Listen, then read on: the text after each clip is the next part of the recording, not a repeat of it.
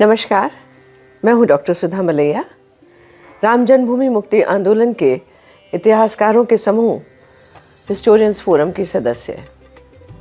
मैं भाग्यशाली थी कि मुझे राम जन्मभूमि मुक्ति आंदोलन में भाग लेने का अवसर मिला और ये मेरा और भी बड़ा सौभाग्य था कि 6 दिसंबर 1992 को मैं वहाँ प्रत्यक्षदर्शी साक्षी थी।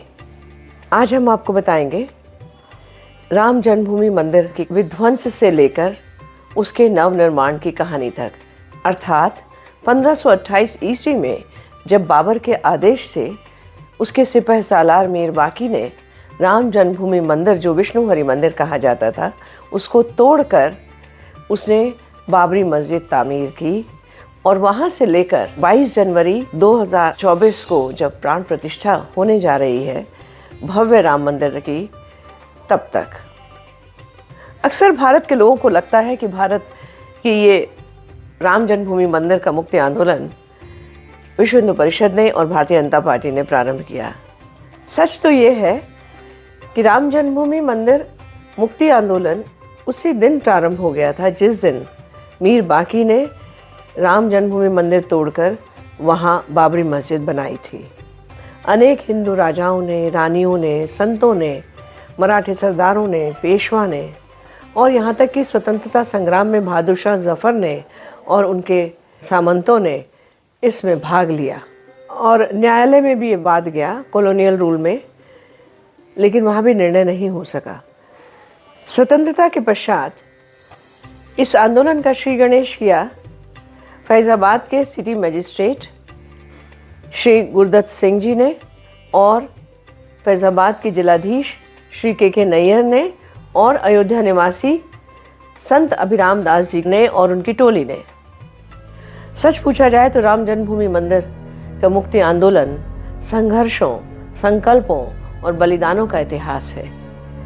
न जाने कितनी शहादतें, कितने बलिदान इसके लिए दिए गए। अयोध्या में जिस स्थल पर बाबरी मस्जिद का निर्माण हुआ था वह कोई खाली पड़ी समतल भूमि नहीं थी। अदालत के निर्णय से भी यह सिद्ध हो गया है। शताब्दियों से हिंदू समाज विभिन्न त्योहारों पर अपने आराध्य श्री राम के दर्शन करने के लिए एकत्र होता रहा और आज भी होता है। 1528 में मंदिर टूट जाने के बाद भी इस स्थान पर हिंदुओं ने अपना अधिकार कभी नहीं छोड़ा। मीर बाकी के द्वारा मंदिर तोड़े जाते समय ही भाटी नरेश मेहताब सिंह और हंसवर नरेश रणविजय सिंह और हंसवर के राजगुरु पंडित देवीदीन पांडे ने 15 दिन तक मीर बाकी की सेनाओं से संघर्ष किया। कभी कभी हम जब छोटे थे, जब हम ये सुनते थे तो हमें लगता था कि उस समय क्यों संघर्ष नहीं किया हिंदू राजाओं ने, लेकिन हिंदू राजाओं ने उस समय भी संघर्ष किया। जितने आसपास के राजा थे उन सब ने मिलकर संघर्ष किया, लेकिन वो सफल नहीं हो सके क्योंकि बाबर तोपखाने लेकर आया था। उनके हथियार नए किस्म के थे, जो कि अपने राजा लोग पुराने किस्म के हथियारों से, धनुष्बाण से, तलवारों से ही लड़ रहे थे। इतिहासकार कनिंघम ने लिखा है कि 1,74,000 हिंदुओं की लाशें बिछ जाने के बाद ही मीर बाकी तोपों से ध्वस्त करके मंदिर को तोड़ सका।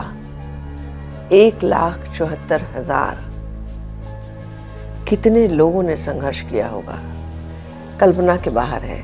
स्वतंत्रता संग्राम के समय बहादुर शाह जफर और अमीर अली के नेतृत्व में युद्ध लड़ा जा रहा था अंग्रेज़ों से। तब उस समय विद्रोही राजा रामचरण दास जी ने और अन्य हिंदू राजाओं ने भी उनकी मदद की और उन्होंने कहा कि हिंदुस्तान के बादशाह अब बहादुर शाह जफ़र होंगे, हम उनके झंडे के नीचे लड़ाई अंग्रेज़ों से लड़ेंगे। तब अमीर अली और बहादुर शाह जफ़र ने तय किया कि यदि हम लोग जीत गए तो हम हिंदुओं को उनके तीनों स्थान लौटा देंगे, काशी, मथुरा और अयोध्या। लेकिन सुल्तानपुर गजेटियर के पृष्ठ 36 पर कर्नल मार्टिन लिखता है कि जैसे ही हमें यह खबर पहुंची कि हिंदू मुस्लिम एकता होने जा रही है और वे आपस में मिल गए हैं, तो हमें लगा, हमें घबराहट हो गई, हम चिंता होने लगी कि इससे तो अंग्रेज़ ख़त्म हो जाएंगे। अगर वो मिलकर रहेंगे तो फिर हम राज कैसे कर पाएंगे उनके ऊपर। तो हम लोगों ने तुरंत ही रामचरण दास को और अमीर अली को पकड़कर हज़ारों हिंदुओं और हज़ारों मुसलमानों के सामने इमली के पेड़ से लटकाकर फांसी दे दी। इससे फैज़ाबाद के बलवाइयों की कमर टूट गई और फैज़ाबाद ज़िले में हमारा रौब गालिब हो गया। इस प्रकार से एक विवाद का अंत होते होते रह गया। राम जन्मभूमि जो हिंदुओं को सौंपी जानी थी, वह निर्णय इतिहास के पृष्ठों में कहीं खो गया।